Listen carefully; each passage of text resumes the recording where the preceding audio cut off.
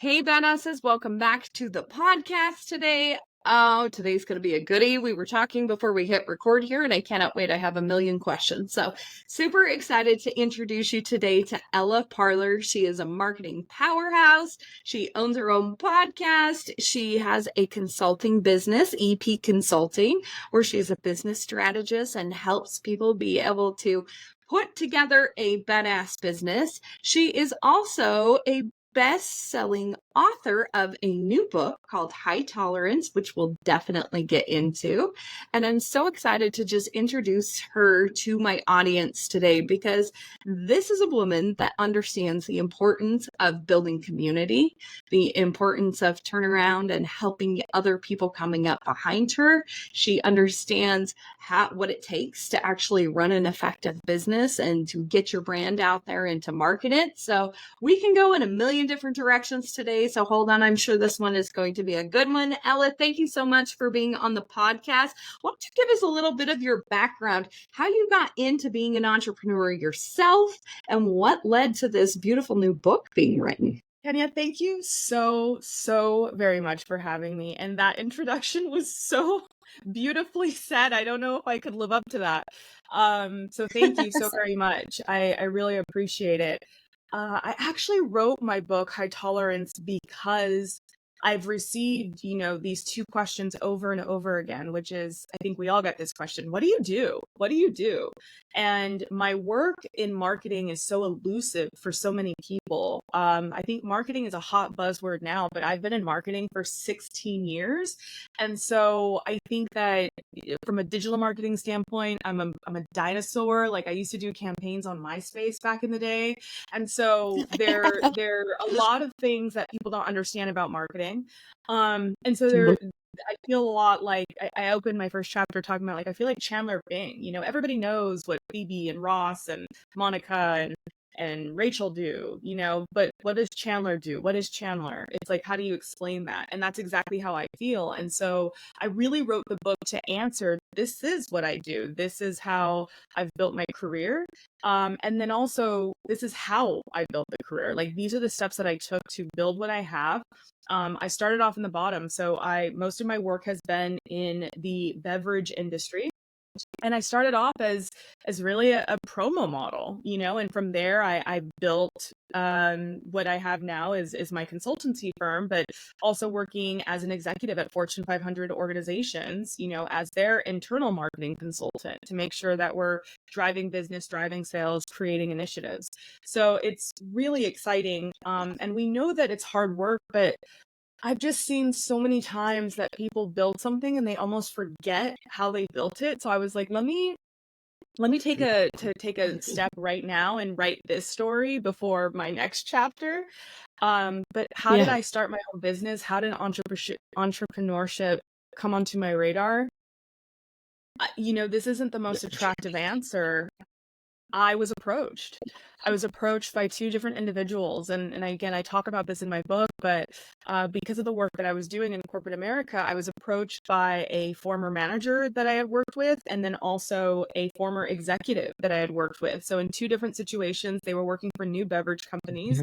One of them is a sports beverage that ended up getting sold for $1 billion to a very big beverage company that you 100% know.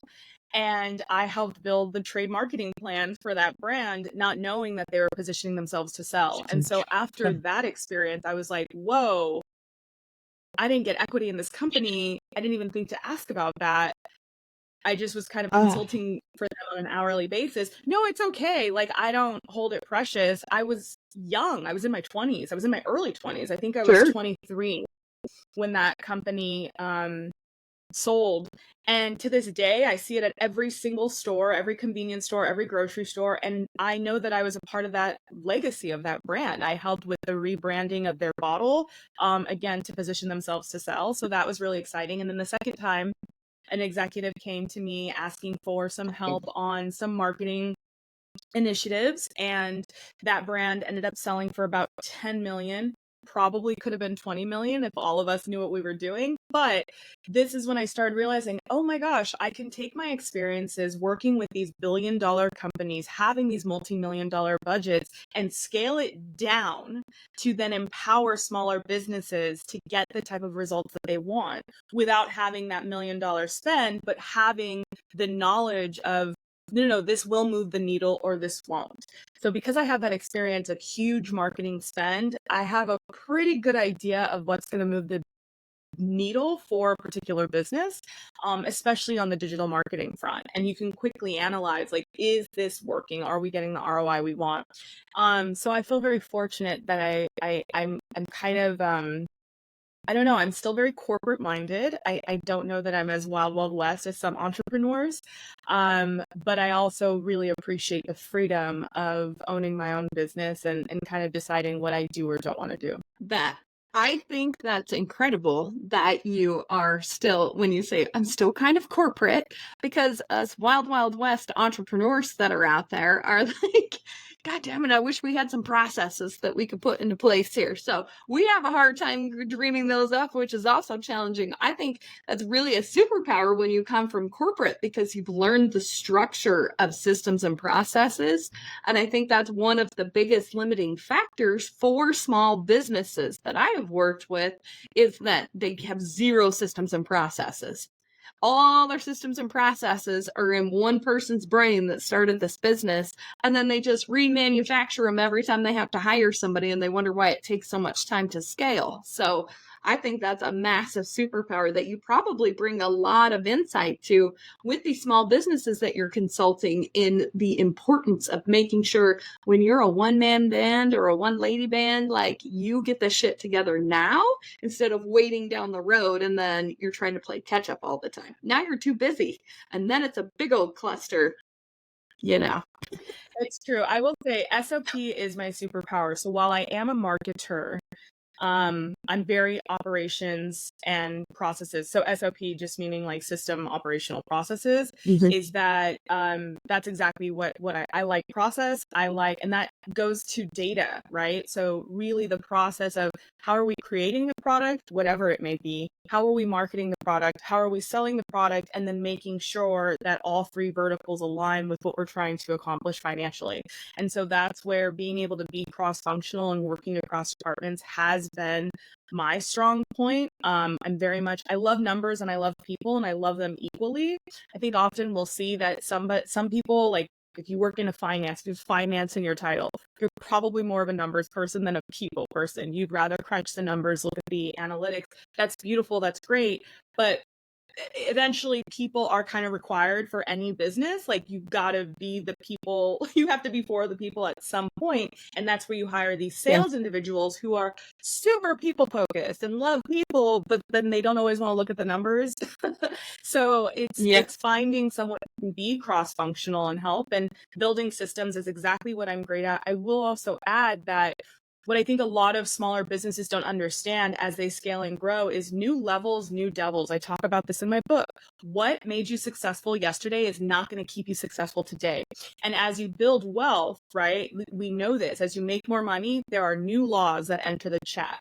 The laws that you have to play by when you're a smaller business with less than 10 employees is going to be a different set of laws once you scale to 20, 50, 100 employees. So as you scale, the laws literally change, but also the rules of the game change. The expectations of your employees change. The expectations of your customers change. And you have to have SOP that is flexing with these pivots. And I think that a lot of times that's the piece that gets missed. Just because it made you successful in the 1980s does not mean that it's going to work today. But even then, like, even for yourself, we all know, like, it's just constant evolution, constant fine tuning. And so that means that the good example is, I'll say, like, if you have a CPA, the best blessing in the world is when your CPA fires you, because a CPA who can manage a $1 million business is not the CPA who can manage a $1 billion business. And if you have a good CPA, eventually I hate to say it, but most CPAs are men. It's an unfortunate fact. And I always like to use pronouns to kind of call that out, because I'd love to see more female CPAs out there. But when you're CPA, most likely a male, fires you because he's ethical and says, I can handle your $1 million business, but you're now at 5 million and that's beyond my capacity. And they're just new levels, new devils. Unfortunately, not all of your team is going to be able to evolve with you. And that includes your accountants. That includes a lot of things. You want your people to evolve with you and develop your people along the way. But I think that this is again where SOP is so crucial and yet completely overlooked. I see it all the time. And exactly what you said, we don't even know why we're doing what we do, except that we've always done it this way. Yes. If I remember hearing the saying, what got you here won't get you there. Same thing with the people. These people helped you build a $2 million business. Now you have a $10 million business. Just because they've been a manager doesn't mean you move them up to now they're operations manager. It's really, I think a lot of times in small business too, we try to get people to do a few things that maybe a few people's jobs maybe would have been dictated in corporate. And so you're like, well, you're really good at answering the phones and doing social media posts and writing my emails and, sometimes running to the post office for us and doing, like you'll hire somebody and be like, I can have them do a whole bunch of stuff. When you're doing a whole bunch of everything, you're really not good at anything. So as you're building a business too, it's defining what the roles are for people and identifying what their superpowers are and letting them work in their superpowers. Just because there's somebody that's been with you tenure-wise, that doesn't mean they become the next manager somewhere else. And I'm speaking from experience on this. I've had excellent service technicians that I'm like, yeah, they should be the field manager now. And they get to field manager, and then they end up quitting because they're like, I don't want to manage people. I just want to come in and do my job every day. And that's okay, because we need all the people to be able to make the business run. But don't be scared to be looking for the right people that are going to take you to the next level. I know we're like that in our business at this point. We've like hit the ceiling 3 years in a row, and it was very apparent after last year. I'm like, new level of people. We need new level of implementers, not just hiring more workers. It's hire implementers, creative people that will get us to the next level. As business owners, we have to think too, what is our level of where we're at? I can run this $2, $3, $4 million business pretty well. I got a handle on it. You're not going to be running a $10 million business like you were running that $2 million business. So you've got to have the mindset to really improve your skill level or bring someone in to help you do that too, which I think often, and I'd love to hear from your experience, is a huge bottleneck in small business getting bigger and the ability to scale. Yeah, and it's a balance as too, because I think one of the first conversations that needs to be had really with any business owner for themselves before I even come into the chat. And I will say, working in CPG is so different than services. So CPG, for anyone who doesn't know, that's anything that you're buying and then you deplete it, like toothpaste, a drink, anything that you're buying and then getting rid of and then buying again, mouthwash, basically those things you find in the kitchen or the bathroom, toilet paper, those are all CPG products, right? And so those are products that are getting purchased and then they get run out and then you need more of it. For your services, that's not exactly how it works, right? Like you're doing a service and you might not have a quote repeat customer for, ideally a while. You don't want a customer who's coming back every month. That probably means that's an issue in the business model, right? And so it's really looking at one, what is our business model in terms of our customer and consumer? And then two, what is my goal? What is my honest goal with this business? And a lot of business owners, one, are not honest with themselves, two, not honest with their employees.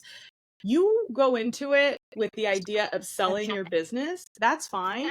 But how you sell a business, a fast sell, we'll call it, where you're only building something so it will get purchased by someone else and you will get bought out and your book of business will get bought out. How you position that business is going to be significantly different than if you're trying to be the next, I like to pick on Louis Vuitton, Louis Vuitton, right? If you're trying to build the next legacy brand where you want people to remember your name and you want your family to be proud of the business that you created, then you're going to have to, unfortunately, that's going to be different. And what I think happens a lot of the times is business owners go into it wanting a legacy for their name, wanting to be the next Louis Vuitton of whatever their space is. And they want their kids wearing their name on a t-shirt very proudly, like, we own this. But then their business practices show me that what they're really trying to do is a fast sell. And what they really want is the fast money of someone else coming over and taking their business. And I'm like, you got to pick one and then stick to it, because they are very separate strategies. I have worked with iconic, global, long-term Louis Vuitton level brands. I say Louis Vuitton again because some of the companies I've worked with actually are minor owners of that LVMH company. Mm-hmm. And so the parent company of Louis Vuitton. But like, if you want a legacy brand, you better understand that it's going to take a different approach, a different strategy, a different long-term vision. And that's going to mean that you're making very delicate decisions, not only in who you hire, but how you brand yourself, how you position yourself. If you're trying to get that quick sale, which I see a lot of companies doing, that's when you get yourself on TikTok and do silly dances for your brand. You're not trying to build a legacy. You're not trying to make your children proud. You're trying to get as many fast sales as possible. That's all well and good, but you can't do both. And that's where I think kind of having that coming to yourself moment of like, okay, what am I building and why? You're going to hear this so many times as a business owner, and it's difficult, but you need to figure out, why are you building what you're building? Like, truly, do you know what you want? Because if you don't, and you're wavering back and forth between, I just want to pay my bills, or I want to send my kids to private school, or I want to be retired at 35, if you're going back and forth on what your true goal was in creating this brand, then your business practices are going to waver as well. And that's where you're going to have some issues. And so a lot of what I do is a lot more emotional for business owners, of sitting down and challenging them and saying, you say you want this, but your actions are showing me the following. So I'm not always my client's favorite, I'll be frank. I mean, I am, once the profits start coming through and the changes are made, and I'm usually able to make immediate changes, thankfully and prayerfully. Like, I am happy about that, but those initial conversations are usually pretty hard. And a lot of times, again, because almost every single business owner I've worked with is a man, because again, this is life and we have to just honor that. And so I'll say, like, this is a conversation you need to take home to your wife, because she'll probably know better. She'll probably know better than you even know. Like, why did you start this brand? Why did you start this company? Tell me. Like, we need to get to the heart of that, because if it's wavering, it's just never going to make sense for you. And then it's also having that honest conversation. Is a lot of owners need to step down. You're great. You had a great idea.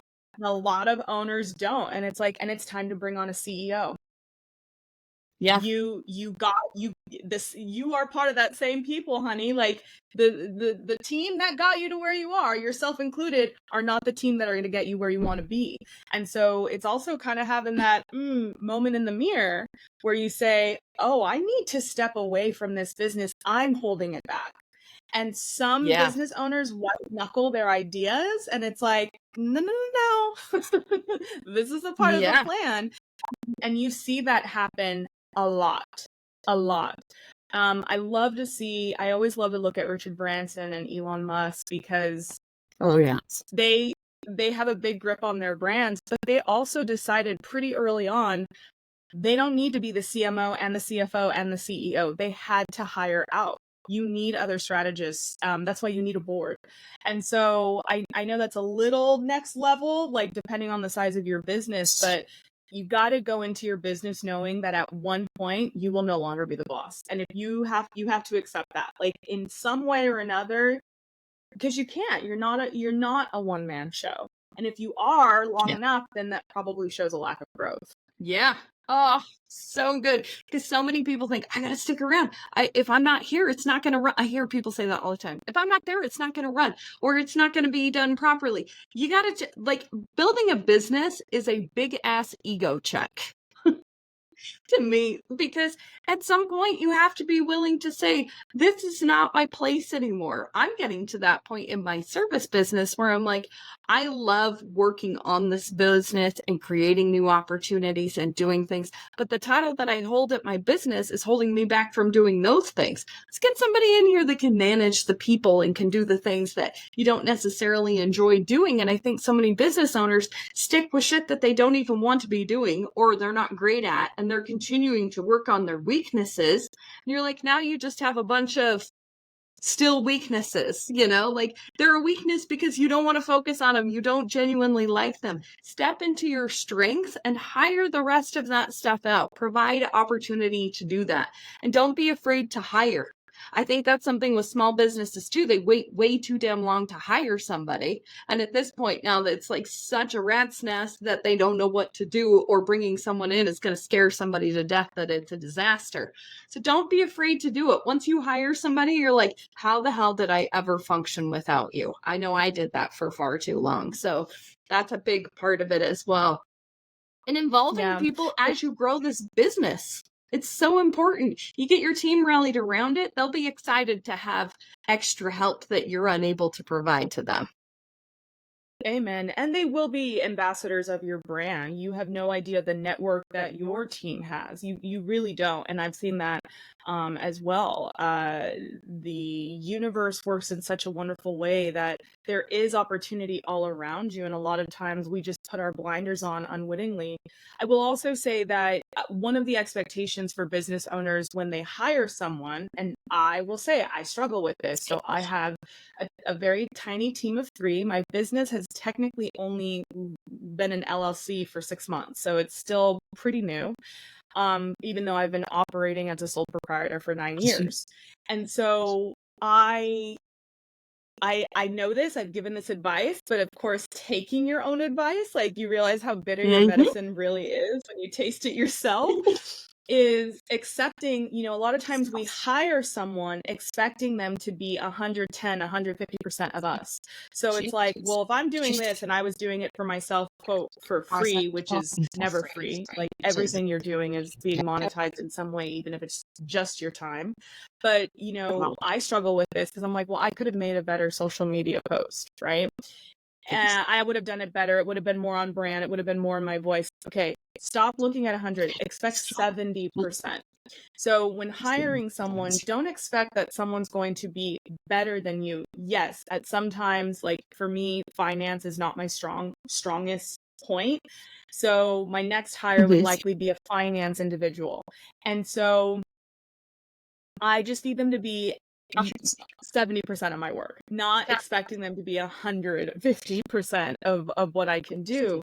And I think a lot of times we have this ridiculous expectation that this person's going to be 10x better than we are. Well, my love, if they were that talented, they'd probably own their own business and kick you to the curb. So you have to understand that your team is never going to be you. They're not going to measure up to you. But 70% is the number that I would say, like, feel good. If they're at 70%, you're doing okay. Absolutely. Yes. Oh my gosh. So good. So good. So good.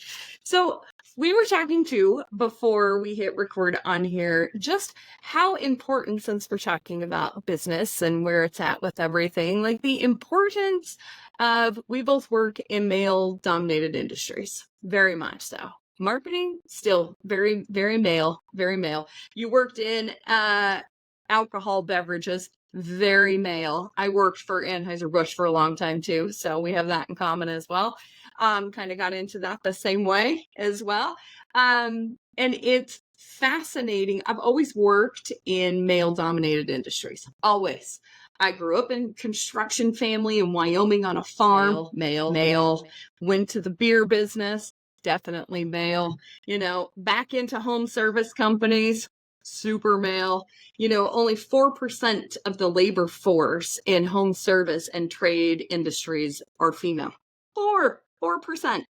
And the ownership of that is 0.04% of women that 100% own a home service or home specialty trade business. It's insane. It's absolutely crazy. But there is such a difference, if you will, when you experience a business that has female leadership in it and there are female just qualities that are brought in to this business? It could be the fact that women are really great at building communities and building teams and getting people to believe in them. I truly believe that most women have a very natural tendency to be a leader if they're confident enough to put themselves out there to do it. I think they're really great at it.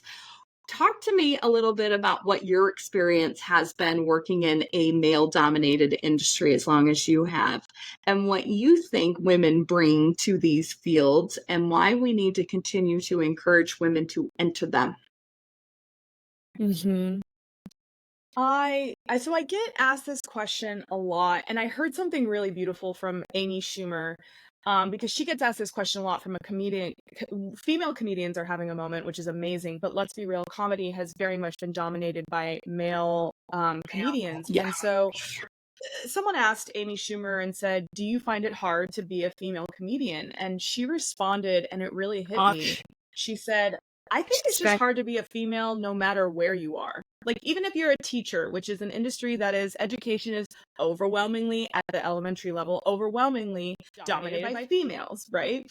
And I would say that female teachers have their own issues, and I don't think that being in a male dominated or a female dominated or a equally place, I think being a female in general is just difficult. And if we can just admit that for a second and not feel bitter about it, not have a chip on our shoulder, but just accept that we're all dealt different cards for different reasons. I am a Black Mexican woman, so people love to really point out that I'm a minority. I'm a triple minority. I get it. But I love it. I love it. I stand out. I bring a different perspective. I think that it's important. And the reason why I'm such a proponent for diversity, I'm using this word with quotations, diversity, is because I'm not talking about skin color. I'm not talking about gender. Just diversity of thought. Your team should not be 100% clones of you, whatever you are. I would be really freaked out to meet a clone of myself, because I do feel like I'm a very rare gem. Like, find me a Black Mexican woman, literally find me one and let me know her name, because I can name maybe 2 that I've ever met. I'm the only Black Mexican in my own family, right? So in my own family, I'm a minority. So like, I don't think of, it's just, we're all family, we're all blood, we're just different, and that's fine. I don't think of it as like I'm the only one. I always was raised to believe that family is what you make of it. My dad's adopted, right? So I have all these ideas of like, all right, I don't want to focus on what makes us different. I want to focus on what makes us the same. What shared beliefs do we have? And furthermore, I don't want to hire a bunch of mini Ellas. I think I'd be annoyed. We would never shut up. We probably wouldn't get enough work done.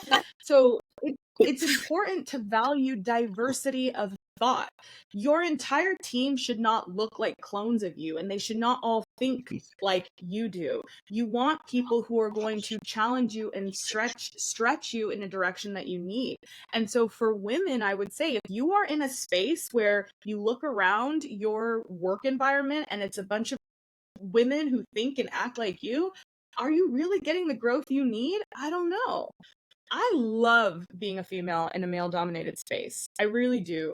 I think I do at times have a chip on my shoulder. Like, I very much have excuse my language here, but like, my balls are bigger than yours and I'll prove it kind of mentality. And that's not always healthy. That's not healthy. I admit that's not, it turns some people off. We'll say that, if I come into a room swinging heavy.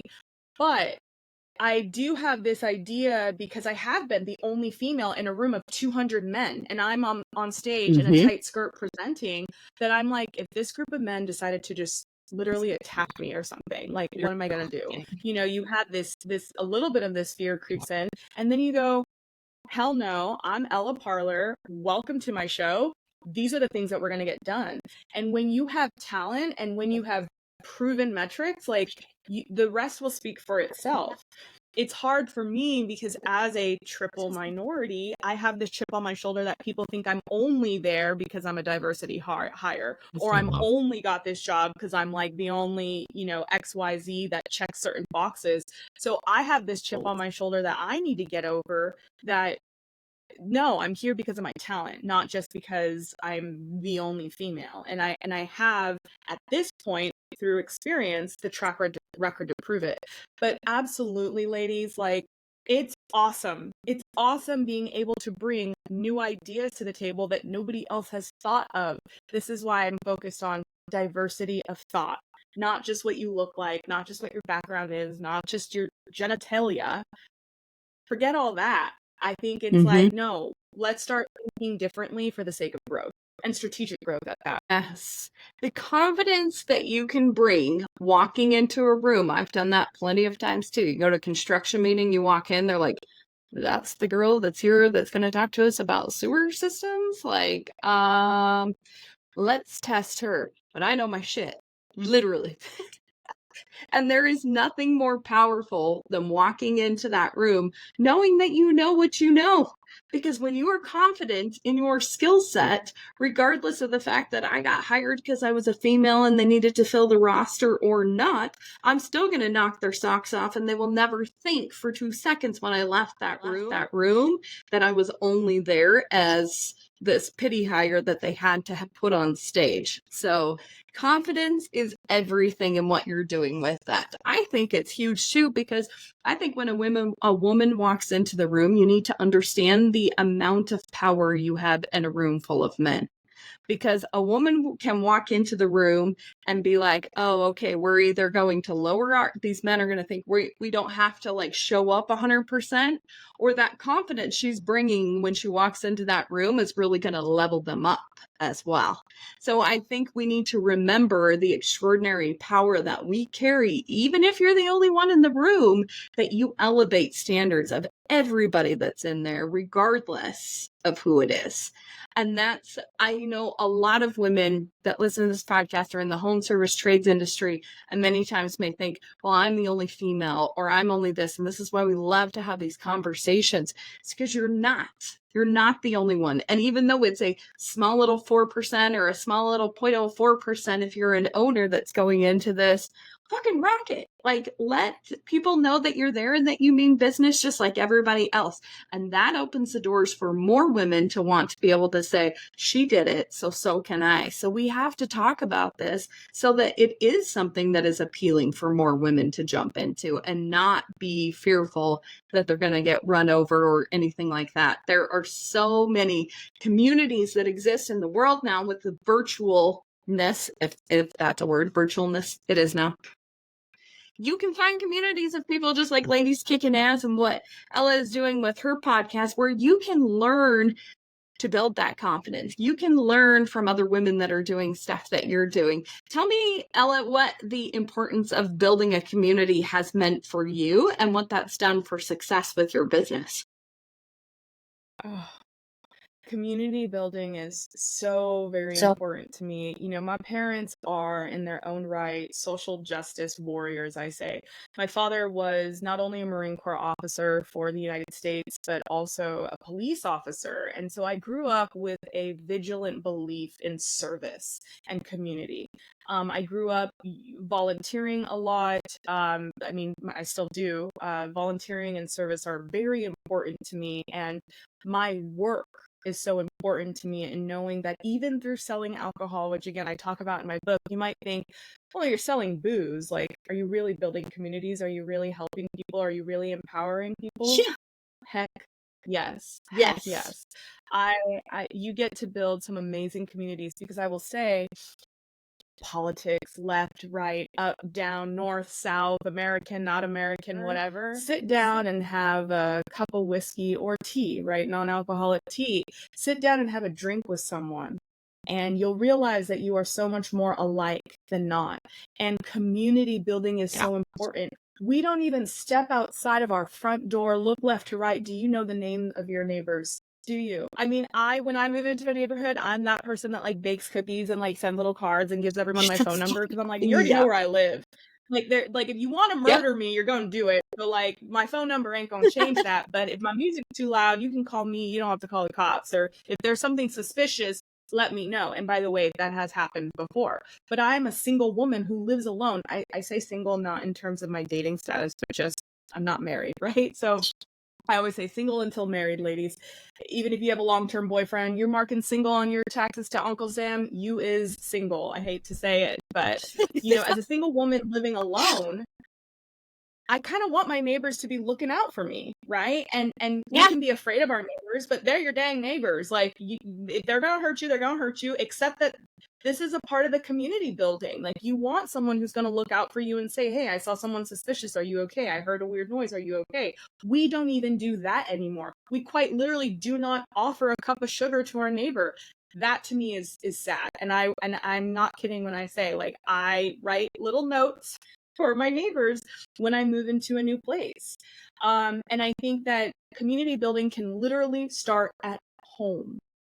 Now scale that further into service. Whatever you are doing in your business, I don't care what it is you are selling. I don't care what it is you are giving. I don't care if it's nonprofit. It should always be in the pursuit of serving communities. You gotta be in service of others, and then you can build a community where there is a synchronicity and you are helping each other and you are empowering each other and you are sharing stories of success and failure, because I think we learn more from the failure stories, quite frankly. And so for me, the community that I've been able to build and where I feel so honored and grateful has been, yes, at work. A lot of my business has come from referrals because of the community that I've built. But again, same way, like new levels, new devils, like eventually you're gonna have to keep leveling up and building out your community. I also make my values known. Like I would hope that with a quick Google search or a quick snoop into my social media, that you are very quickly seeing like what my values are. My values are community, service, giving, confidence, as you mentioned, empowerment, inspiration. And so I want to attract other people who value these things. I don't value fancy cars, for example. That's not a value for me. Kudos to you if you have a car collection in your garage. That's awesome. That's not one of my values. That is not where I don't put value on that. And so I want my ideal in building my community is like, okay, is it based upon the integrity of community service, giving, generosity, building each other up, being inspired, being empowered. And that's really what motivates me, because man, I have some hard days. I had a hard week, and I have days where I cry my eyes out, and it's only because of the community that I have that I'm able to go, all right, let's wipe our tears, pick ourselves up, get on this podcast, right? And keep moving. Yes. Oh, I love that. My friend Lindsay Schwartz says often that you need three kinds of communities. You need one that you can learn from, you need one that you can teach things to, and you need one that you can collaborate with. And it is really feeding your soul on so many different levels that you are giving back by helping. You're consistently growing by learning from something. And there is nothing more empowering than being able to collaborate with women. When you get together with women that want to build shit instead of talk shit, it is a whole nother vibe at a whole nother level.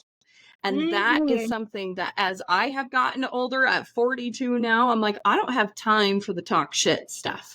I don't want friends like this anymore. There's a reason and a season. And if I had them at that point, fantastic. I just don't tolerate that shit anymore. You create the communities that you accept.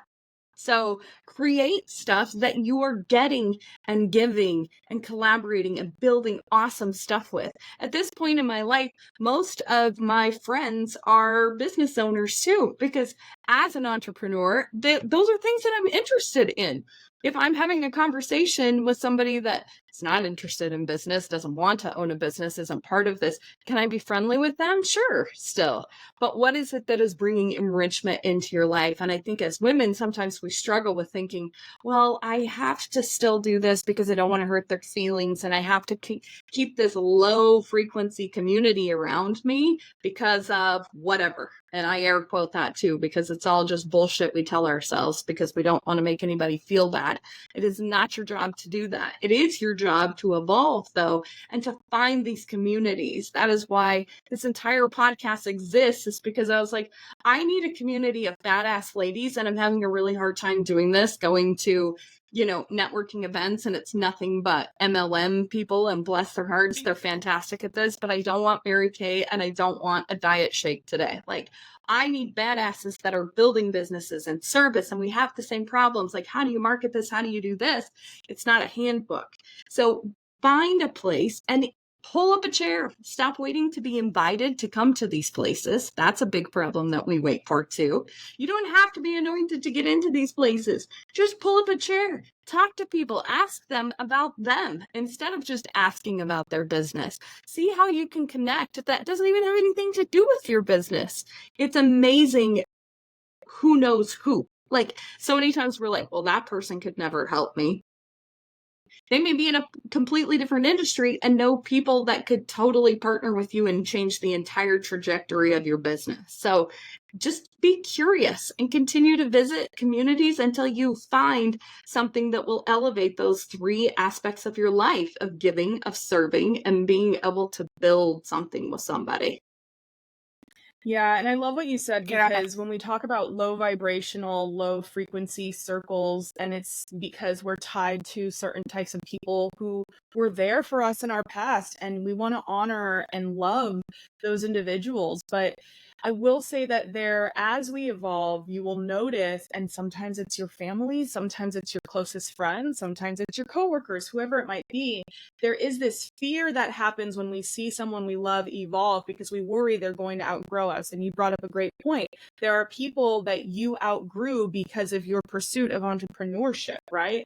That quite frankly scares me, because like none of my girlfriends, like none of my best friends own companies. So like if I'm not ready to lose my crew yet, but our values are built upon a shared value of what family means, right? So my community, my close girlfriends who are still my best friends from high school, like our values are based upon our family values. Like they are my sisters. Like we love each other. I love their children like they're almost my own, right? And so just like you might have a literal sister who doesn't need to be an entrepreneur for her to be your soul sister. I think that when you have those shared values, but a big part of that we as women are so afraid to do, and this is why I love what you're creating here, I love speaking out, is that not only do you need to be open and building communities, you gotta open your mouth. I always say closed mouths don't get fed, ladies. Like, you want to start investing in real estate, speak about it, because it's only if you speak about it that someone will say, oh, my brother does that, let me introduce you. And we are so afraid to admit what we want.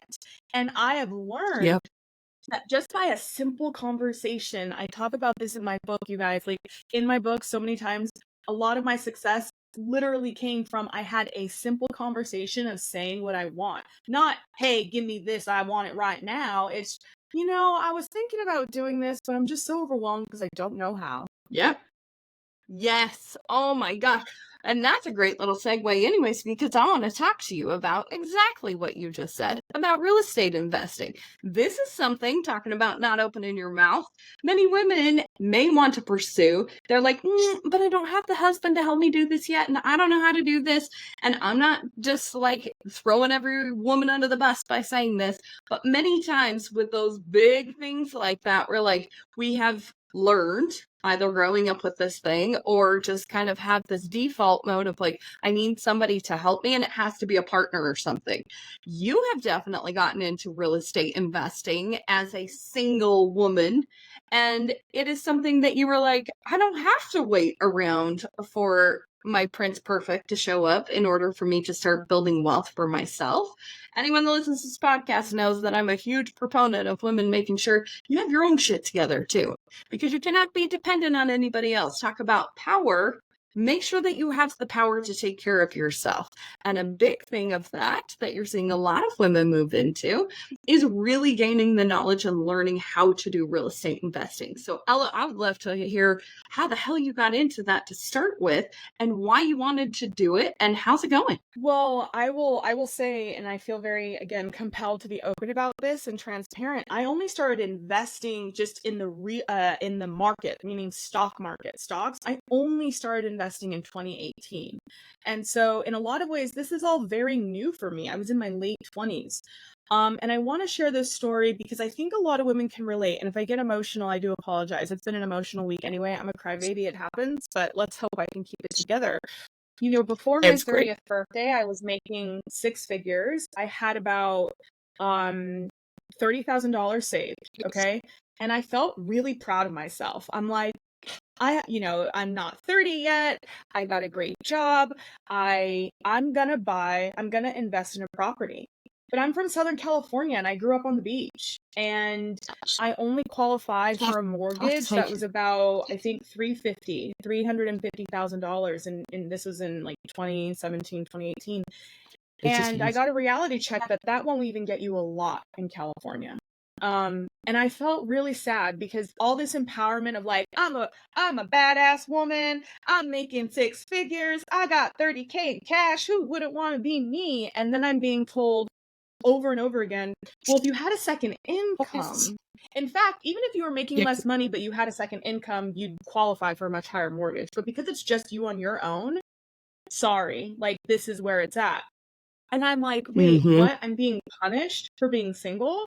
Because, and this is no offense to you, Tanya, but like when I see women who are like, whatever, I'm like, okay, but did you do it on your own? Because let me tell you, it's a whole lot easier to get a business loan when you got a husband. It's a whole lot easier to get a mortgage when you got a husband. And boy, do I want a husband. I never asked to be a single independent woman. Jesus, I've been asking for this husband. Where he at? But here I am, right? Like, it is what it is. This is my circumstance. And I never asked to be building all this alone. And so I was just devastated because I felt like my own status as a single woman was being weaponized against me. Of like, not only do I not have the partner that I crave, I do not have the family that I want to build, but I'm being told that I can't even purchase something because I'm single, because I'm not enough, I don't have enough. It was demoralizing, just demoralizing. And then I ended up having several surgeries and medical issues and all these things subsequently. And so that money that I saved, like money comes and goes, right? Up and down. I've spent over $200,000 in medical bills. Talk about that in my book about a lot of the issues that I've had from a health perspective. And again, doing it all alone as a quote, single woman, not alone. I have a beautiful community, but I'm just saying, like, not having that partner, like still having to put my parents' names down for emergency contact forms is like, again, very demoralizing, but it is what it is. So fast forward to last year, very similar situation. I have money saved in the bank. I have time. I'm in a new market. I'm living in Texas. Housing's more affordable here. I go and apply for a mortgage and I get the same damn number that I got in 2018. I only qualified for a mortgage of $350,000 6 years later, guys. Why was that? Well, because my credit was affected by some of my medical bills. And same story. Well, if you had a second income, and I don't want to put my parents' name, like I'm not trying to get a house in my parents' name. I there's a part of me that refuses to do that. I'm like, this is BS. And so I'm frustrated and I'm crying because once again, I feel like I'm being told by the universe, by the world, by society that Ella, you don't have a man, so you are not enough and you don't have enough. And that feeling of inadequacy is so painful when you're a woman in your 30s and you're just trying to make it work. I want a family. I don't know why I haven't been blessed with one yet.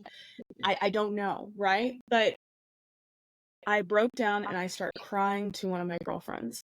And I tell her, I am so sick of feeling like I'm not enough. I'm sick of feeling broken. I'm sick of systems telling me that my hard work and my success still isn't enough because I know I'm in a better financial position than a lot of women and most women in this country. And it's still not enough.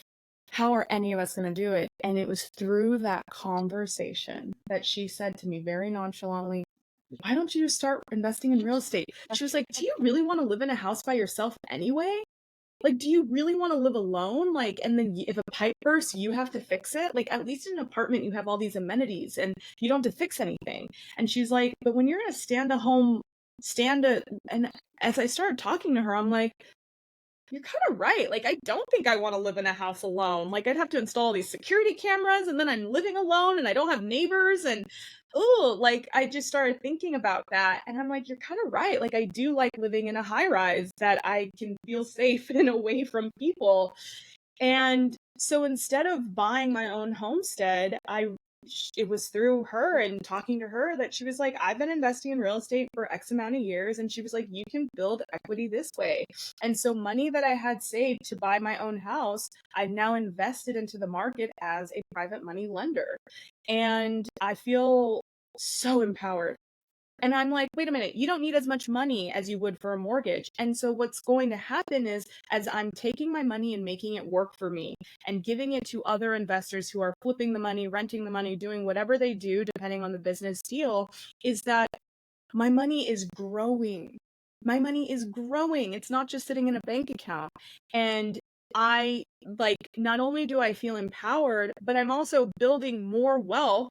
So that way, when it's time to buy my homestead, whenever that might be, a year now from two, when I'm more comfortable with it, not only do I have more cash because I made my money work for me, but I have a better network now of real estate professionals who are in the market, vetting the market, know the market, all of these things that I didn't have 1 year ago. It's only been 1 year. And I cannot believe what a blessing it was that I didn't get that mortgage that I thought I deserved, or whatever the circumstances were. Those were all blessings. Everything that's happening to you, I promise, it's happening for you. It's not happening to you, and it's painful. I was so sad and sobbing that I'm crying to one of my best friends, and it was through that conversation that she revealed a strategy I didn't know existed. And I think we as women just don't talk to each other enough. We're just not talking. I will say, a lot of my married friends, I try to have conversations like this with them, and they're like, oh, my husband handles all that.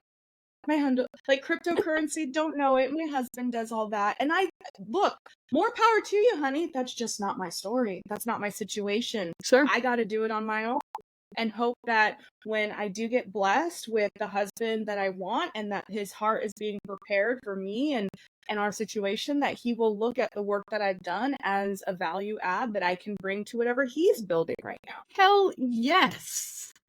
Oh my gosh. You're a massive catch, Ella. It is incredible that you choose to build this on your own.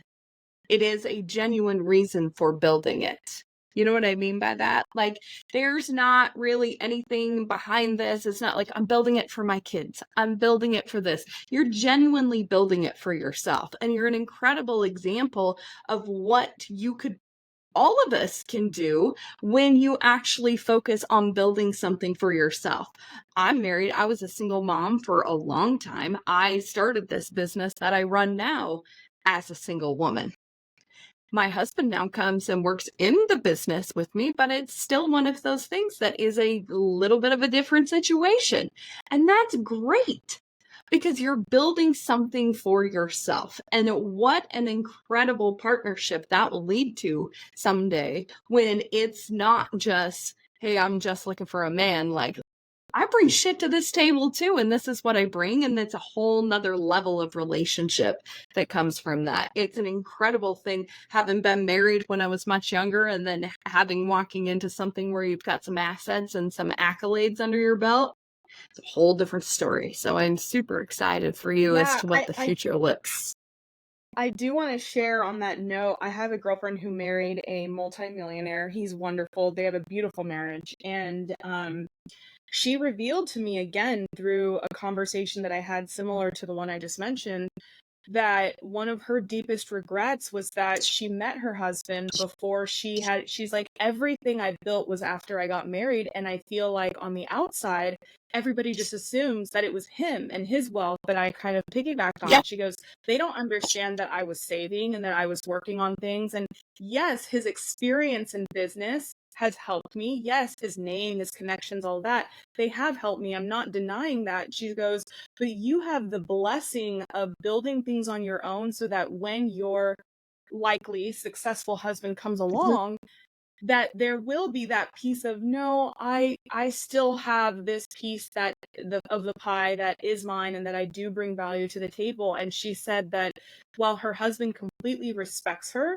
that she has to deal with people kind of rolling their eyes at her saying, but you didn't really build this yourself. Like, you had help because he's a, you know, a multi-millionaire.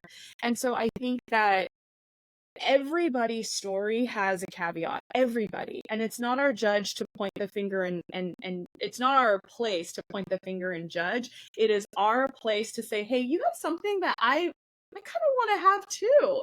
Like, how did you build this? And just have conversations with each other instead of making assumptions like, oh, well, she only got that because of X, Y, and Z, or it's just because of who her dad is, or it's just, you don't know people's situations. You don't know the behind the scenes, and you're never going to know it if you're not having honest, earnest conversations with the people to learn the behind the scenes.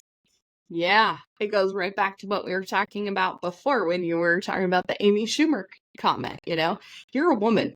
It's instantly going to go to default in the popular world that we live in that you got there because some man helped you get there, or you slept your way to the top, or you did this, or you did that. You know, like, let's just talk about it for what it is. And there's a lot of badasses out there that are making really awesome moves. And those are the women we're going to continue to celebrate and keep talking about and keep showing as an example of what is possible. Because the more women that keep showing up and talking about stuff, it's showing the younger generation, even women that are older than us, what is actually possible of doing stuff. Do you ever see a man walk into a room and he's like, well, I kind of did this, and they like downplay their shit. They like walk into the room and like beat their chest like, I am men, hear me roar situation. And damn it, if we actually celebrate something and promote something on social media, like, hey, I was a badass this last year and this is what my business did. You know, let's talk about the fact that a business is making $2 million as a female owned business.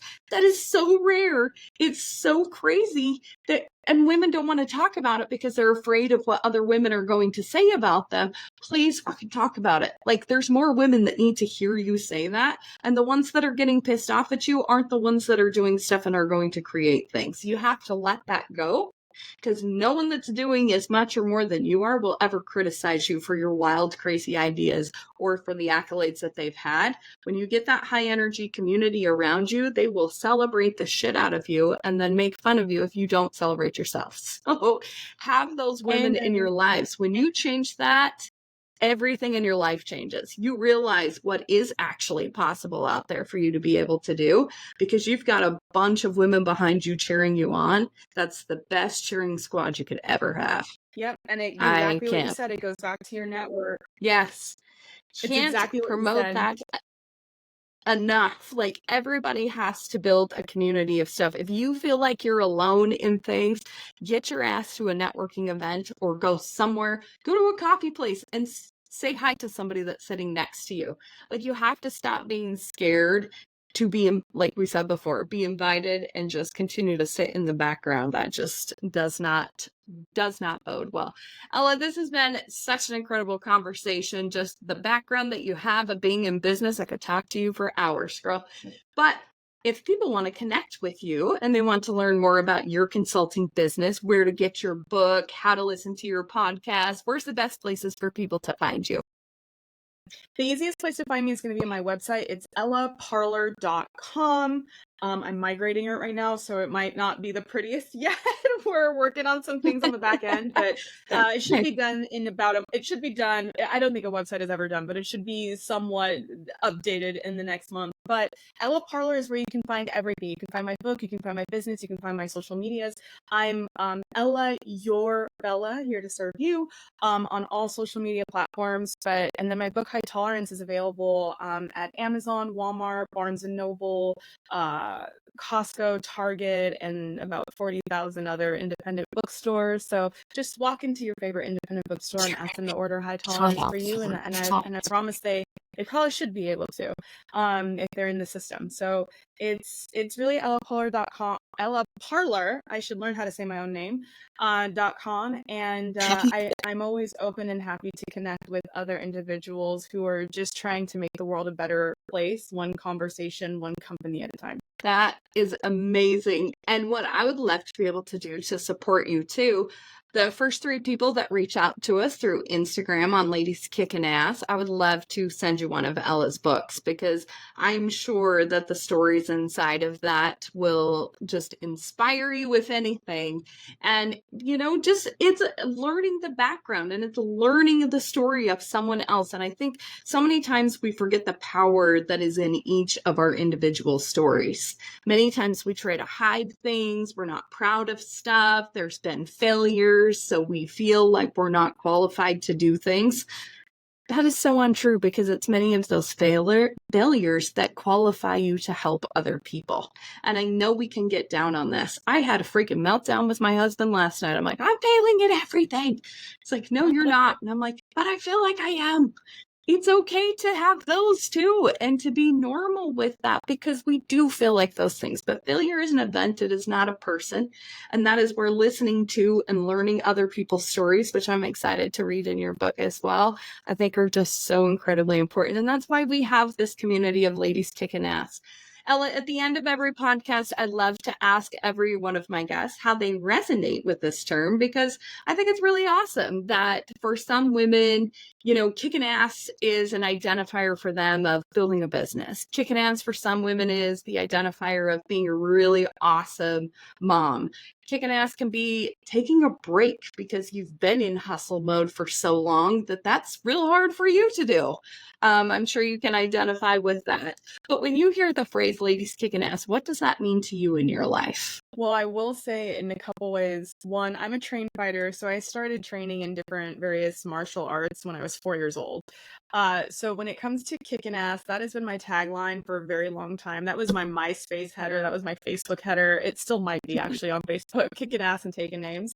That used to be my headline. So that's what I think of in terms of the older me, is physically being able to hold my own on a mat. But I will say that in life today, when I think of ladies kicking ass, it goes back to what we talked about on today's episode, building communities. You can't kick ass on your own. You gotta have a community that is rallying around you, that is supporting you, that is identifying the blind spots you might not be able to see. Because I had a heart-to-heart with a girlfriend today that was calling me out on my funk. She was like, Ella, this is not what you need to be doing. So it's important to have beautiful, both like-minded shared values. I don't mean like-minded, shared valued individuals where you can build a community off of shared values, not being the same, but sharing the same innate values. You will be so amazed by how you can kick ass with your community, your family, your friends, just by showing up in the world in numbers. Yes. Oh, that's beautiful. So beautiful. Thank you so much for all of your knowledge, for sharing your story with us today, and all your wisdom of all of your experience that you have built this far. And I can't wait to see where you go. So everybody will tag the book. We'll tag everything. Again, for 3 people that reach out, I will be happy to send you one of Ella's books. And let's support Ella in the things that she is working on. I'm so proud to have you be part of the Ladies Kicking Ass community now. And thank you so much for your time. Thank you, Tanya.